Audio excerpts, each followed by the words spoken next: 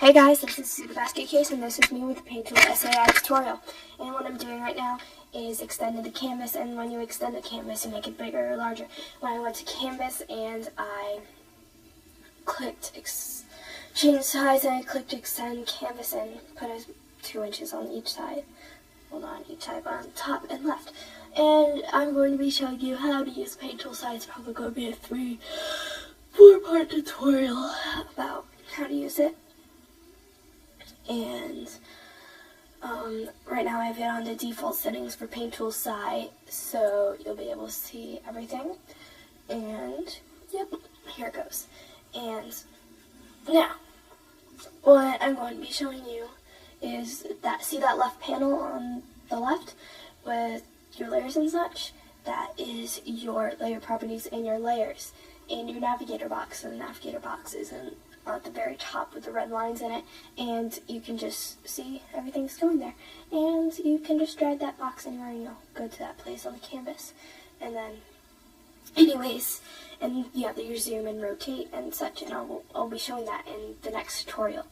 And so now I'm showing you that right there in that circle is effect and fringe. When you drop down that layer, you will get fringe, and it gives you a border-like effect with your text or line art or whatever you're doing. And it's really nice because it just gives this really cool effect, like it has a border on the text, and it's going to be a darker border than the color you're already using. So and it doesn't work with black. I tried it before. I don't think it works with white either. So if you're using white, also it doesn't work with line art. I mean, it doesn't work with, oh, actually it does work with white, just not very well. And when you're doing a vector layer, it doesn't work either. So, now, I'm going to be showing you your layer properties. The layer properties you have are normal, multiply, screen, overlay, luminosity, shade, lumi, and shade, and binary color. Personally, I only use 3 or 4 of those at all. And the layer settings. Now, the mode is the layer setting, or layer, yeah, actually it is layer setting. Now, first, multiply. Multiplies, it makes it darker, and it makes it tinted with that color that you're using on that layer. Such as, see, in this video I'm using gray and green, and see, it tinted the purple with a green, and on the gray it made it green, but it makes the color darker. And the next actually layer property will be, it has also a low opacity effect without being low opacity. Now I will go over opacity later. Now, anyways, its counterpart is screen, or it makes everything lighter with, but it tints the canvas or layer beneath it with your color. So, as you can see right now, I'm going to be using green, and it tints the gray green and lighter, and it tinted the purple blue, because green and blue, and then purple. And so, because blue is the in-between of purple. Anyways, it just makes everything lighter, and see, it doesn't even show up on the white because there's no lighter than white. And so, yeah, and then what we're going to be going over next is overlay. Anyways, let's just see what it does. But overlay is when the color, and what I just did now is lower the luminescence to make my text darker. And also there's no text tool on this, so you can't make text, so you'll have to do that in Photoshop or MS Paint. Anyways, it makes everything darker, or paint on it or whatever. Anyways, makes everything darker or lighter depending on the color you're using under the layer with overlay. Under the layer that you have set for overlay, and the color you're using on your overlay layer.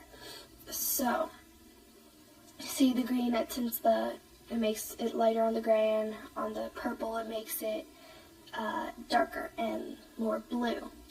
So, I'm sorry if I sound like I'm rambling, but I'm trying to do this quick.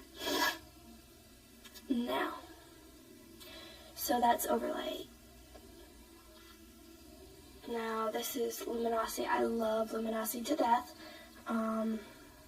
because it tints no matter what color you're using in your little green. See that little box up there? See, if you use gray on purple, it will actually get this, if you're using luminosity, it will just get this really light purple or light pink. Now you're wondering why pink, because pink is an excellent color spectrum and actually makes it really pretty. And so it just conforms with it, and it's not at all like on screen. And this shades and it makes colors darker. Unlike Multiply though, it conforms with the color palette and does not tint anything normally. Actually sometimes it does depending on the color you have. Anyways, but if you used gray or something, Multiply would tint the same gray, but if you use gray on shade, it'll just make it a darker color. So, and then Lumia shade is just combining luminosity and shade, and then binary color just makes it black. And binary like is when it's very rigid and you're not anti-aliasing, which again I will go over later. So now I'm going to be going over opacity right after this. And so opacity is when you make anything with a less transparency or more transparency. It depends on that. And when you make it with less transparent, when you have a lower opacity, you make it very transparent. Such as if you had it at 5% opacity, that would be so light. And then even with black drawing, and then if you had very high opacity, you would get a more solid color. So yeah, and now let's see.